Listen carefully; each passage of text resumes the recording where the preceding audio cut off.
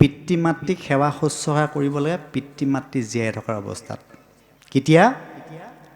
যিটো সময়ত পিতৃ মাতৃৰ নিৰ্দিষ্ট বয়স হ'ব, পিতৃ মাতৃয়ে যেতিয়া কৰিব নোৱাৰা হ'ব, শৰীৰটোৰ জৰা অৱস্থা হ'ব, সেই সময়ছোৱাত যিখিনি আপুনি সেৱা শুশ্ৰূষা কৰিব সেইখিনি সেই শ্ৰদ্ধাই হৈছে শ্ৰাদ্ধ।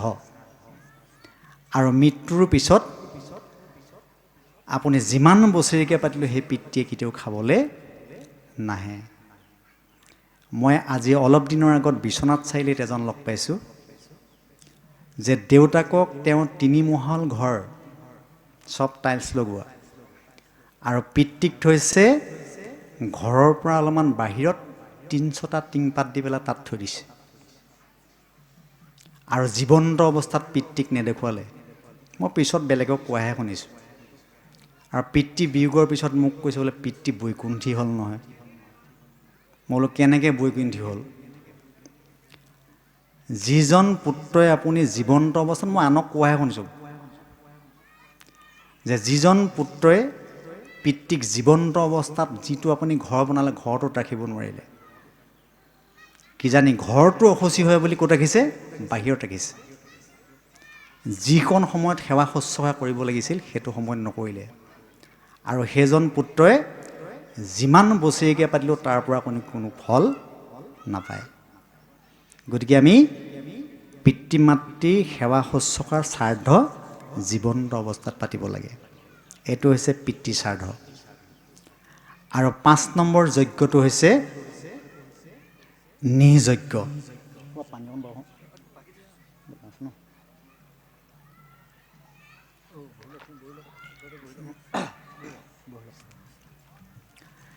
এতিয়া 5 নম্বৰ যজ্ঞটো হৈছে নিযজ্ঞ। নিযজ্ঞটো হৈছে অতিথি শুশ্ৰূষা দেই।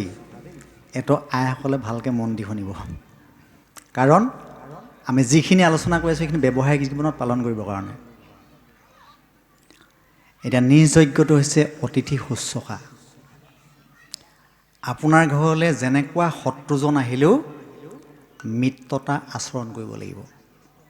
আৰু এই কথাকেইটা সুন্দৰকৈ উল্লেখ কৰিছে ভাগৱতৰ 8ম স্কন্ধ, যেতিয়া দেৱতা আৰু অসুৰৰ মাজত যুদ্ধ হৈ আছিল সমুদ্ৰ মন্থনৰ পাছত। দেৱতাই যেতিয়া অসুৰে যেতিয়া অমৃত পান কৰিবলৈ নাপালে, দেৱতা আৰু দানৱৰ মাজত যুদ্ধ হৈ আছিল। আৰু যুদ্ধ হৈ থকাৰ মাজতেই বলিগৃহলৈ এদিন দেৱতাসকল আহিছিল। তেতিয়া বলিৰজাই অন্য দৈত্যসকলক কৈছে যে তেওঁলোক যদিও আমাৰ মহাশত্ৰু, তেওঁলোক আমাৰ ঘৰলৈ অতিথি হৈ আহিছে, গতিকে তেওঁলোকক ভালদৰে সেৱা শুশ্ৰূষা কৰিবা। পদবন্ধে সুন্দৰকৈ উল্লেখ কৰি কৈছে, সি যদি মহাশত্ৰু আখি হয় অতিথি, দেৱ বুলি কৰিবাহা তাহাংক ভকতি।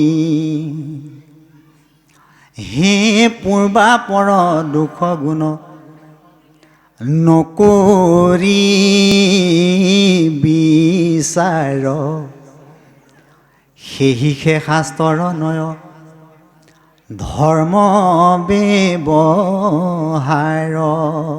কি বুলি কৈছে?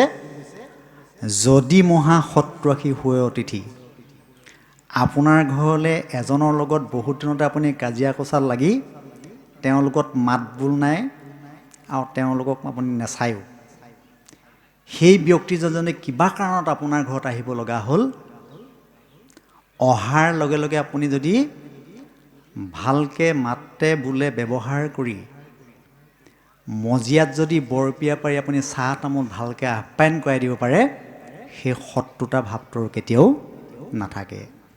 যিমান শত্ৰু হ'লেও মিত্ৰ কৰিব পাৰিব। এইটো হৈছে ভাগৱতৰ আচৰণ। পূৰ্বাপৰ দুখ গুণ নকৰি বিচাৰ, সেহিষে শাস্ত্ৰৰ নয় ধৰ্ম ব্যৱহাৰ। গতিকে তেনেধৰণে আমি অতিথি শুশ্ৰূষা কৰিব লাগিব। মই এটা উদাহৰণে কৈছোঁ।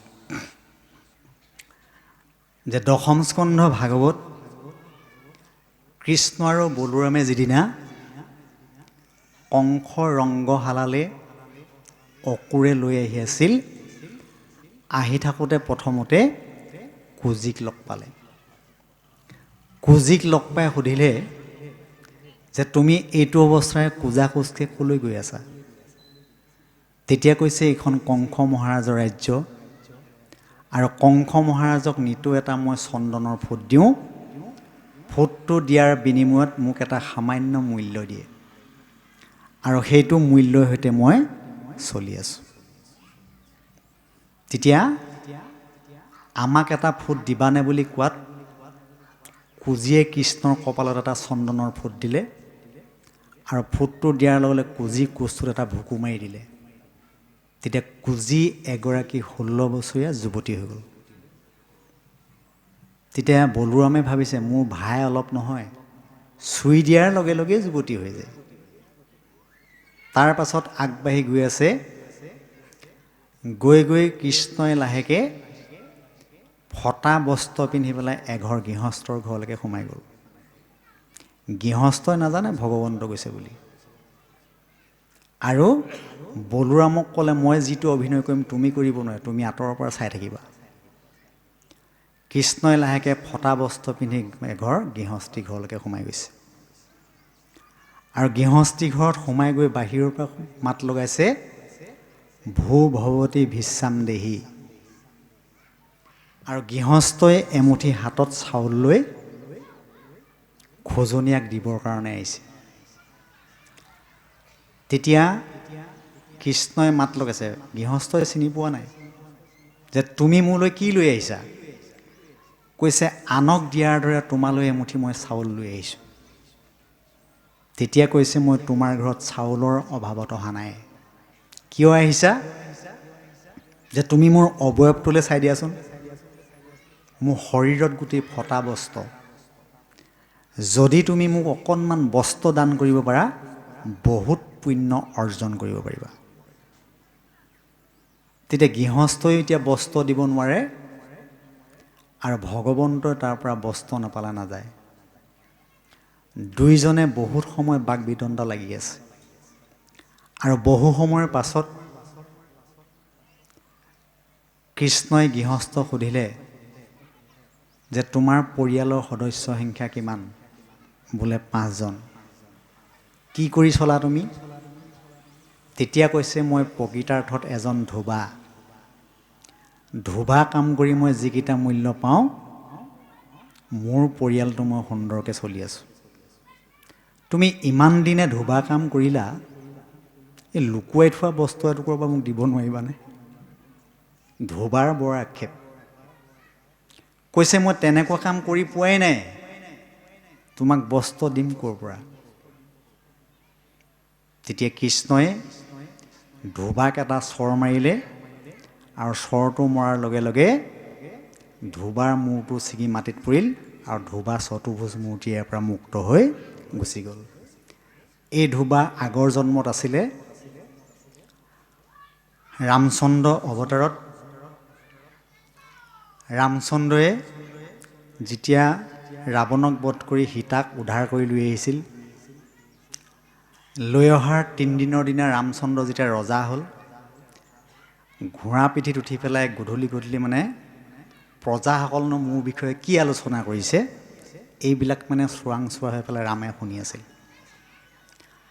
আৰু এহাল ধোবা ধুবুনীয়ে ইমান কাজিয়া লাগিছে, ধোবাই ধুবুনীক কৈছে মই সেই ৰামচন্দ্ৰ নহয়, ৰাৱণে নিয়াৰ পিছত তোক আকৌ মই ঘৰত আহি পেলাই ৰাখিম, এনেকুৱা খুব বেয়া বেয়াকৈ গালি পাৰিছে।